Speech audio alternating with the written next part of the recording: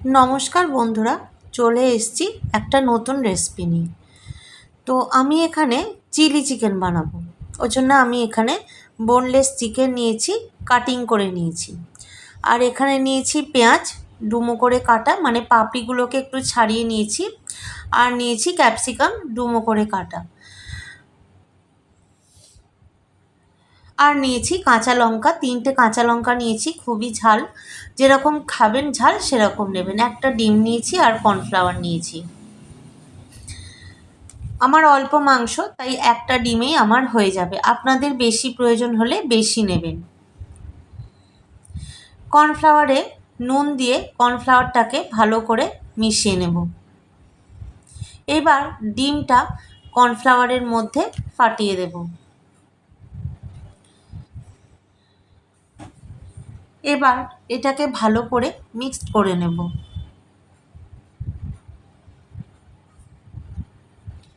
খুব ভালো করে মিশিয়ে নিতে হবে, যেন কোনো দলা না থাকে। তো দেখুন, এই রকম ঘনত্বের হবে কর্নফ্লাওয়ারটা। ঠিক এই রকম ঘনত্বের, থেকে পাতলা করলে চিকেনে কিন্তু লাগবে না। তো এইবার আমি চিকেনগুলোকে ভেজে নেব।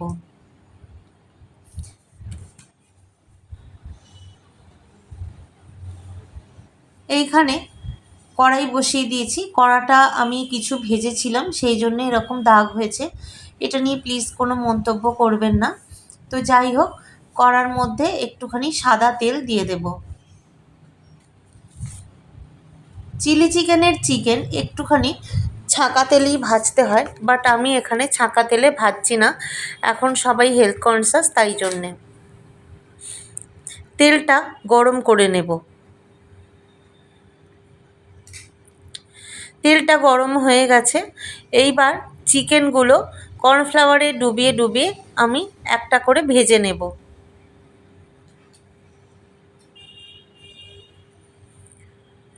কড়ার মধ্যে চিকেন আমি দিয়ে দিলাম।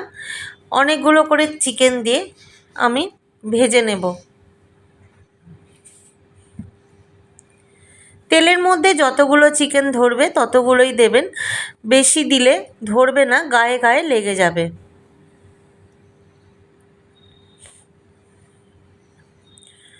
এই যে আমার যেরকম হয়েছে, ধরুন এই একটা করে চিকেন আমি উল্টে পাল্টে দিচ্ছি, ঠিক কথা, কিন্তু মাঝখানে মাঝখানে আটকিয়ে যাচ্ছে চিকেনগুলো, মানে গায়ে গায়ে লেগে যাচ্ছে। এরকম হলে কাটতে খুবই অসুবিধা হবে।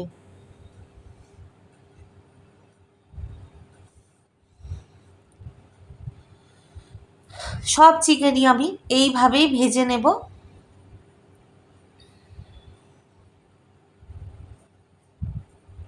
অনেকগুলো চিকেনই আমি কড়ার মধ্যে দিয়ে দিয়েছি।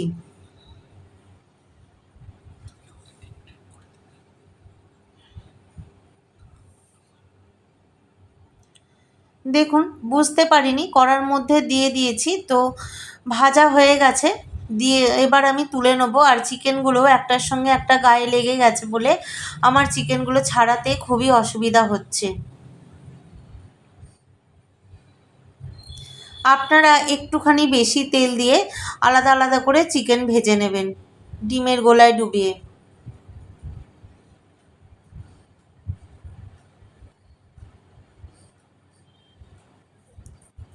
আমি চিকেনগুলো ভাজা হয়ে গেছে বলে তুলে নিচ্ছি একটা পাত্রে।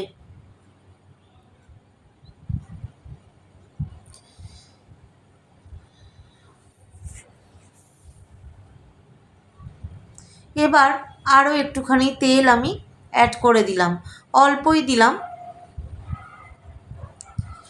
বেশি তেল কিন্তু চিলি চিকেনে যায় না। এবার আমি পেঁয়াজ আর ক্যাপসিকামটা ভেজে নেব।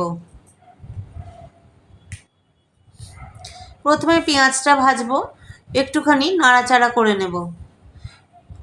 চিলি চিকেনের পেঁয়াজ কিন্তু একদম লাল করে ভাজবেন না,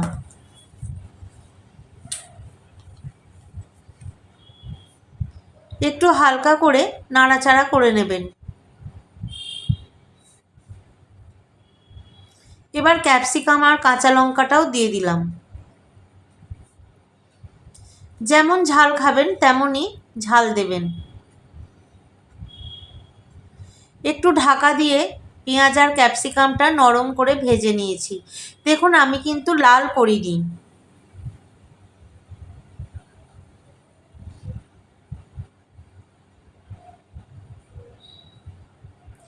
দিয়ে দিলাম স্বাদ অনুযায়ী নুন। নুন আর ঝালটা আপনারা আপনাদের স্বাদ অনুযায়ী দেবেন। এবার সমস্ত সবজিগুলোর সাথে পেঁয়াজ ক্যাপসিকামের সাথে আমি নুনটা ভালো করে মিশিয়ে নিলাম।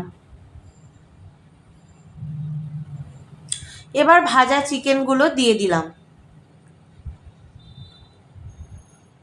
ভালো করে চিকেনগুলো পেঁয়াজ ক্যাপসিকামের সাথে মিশিয়ে নিতে হবে।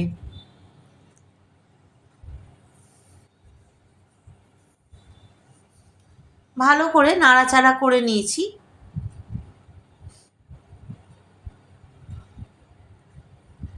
ভালো করে না মেশালে নুনটা ঢুকবে না। একটুখানি জল দিচ্ছি, কারণ চিকেনটা সেদ্ধ হবে, পেঁয়াজ আর ক্যাপসিকামটাও সেদ্ধ হবে, তাই জন্যে। একদম যেন চিকেনে ঝোল মতন যেন জল দেবেন না, অল্প একটু জল দিয়ে দেবেন যাতে চিকেনটা সেদ্ধ হয়ে যায়।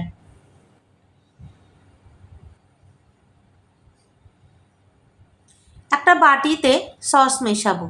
প্রথমে নিলাম টমেটো কেচাপ, এবার নেব সয়া সস। সয়া সসটা দিয়ে ভালো করে মিশিয়ে নেব। একটুখানি জল দিয়ে সসগুলোকে ভালো করে মিশিয়ে নেব। সয়া সস আর নুনের ব্যালেন্সটা ঠিক রাখবেন, কারণ নুনটা দেখে শুনে দেবেন। সয়া সসেও কিন্তু নুন আছে, তো সেইভাবেই দেবেন।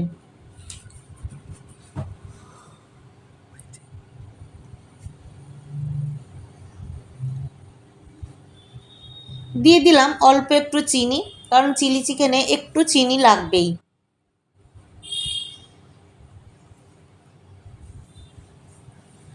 এবার সসটা মিশিয়ে দিলাম।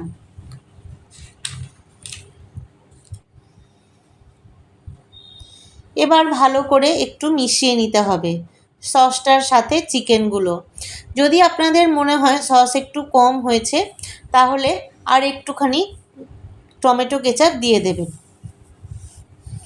সয়া সসটা কিন্তু একটু ভেবেই দেবেন।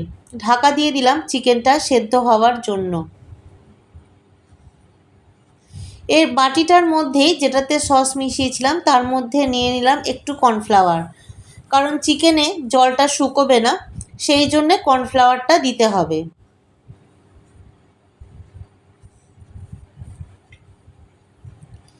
একটু জল দিয়ে আমি এটাকে একটা লিকুইড ব্যাটার বানিয়ে নেব।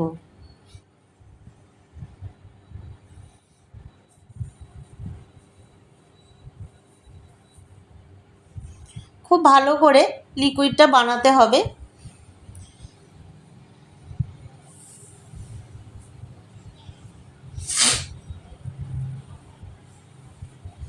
চিকেনটা সেদ্ধ হয়ে গেছে। এবার আমি কর্নফ্লাওয়ারটা দিয়ে দেব। আর কোনো রকম জল দেওয়ার প্রয়োজন নেই।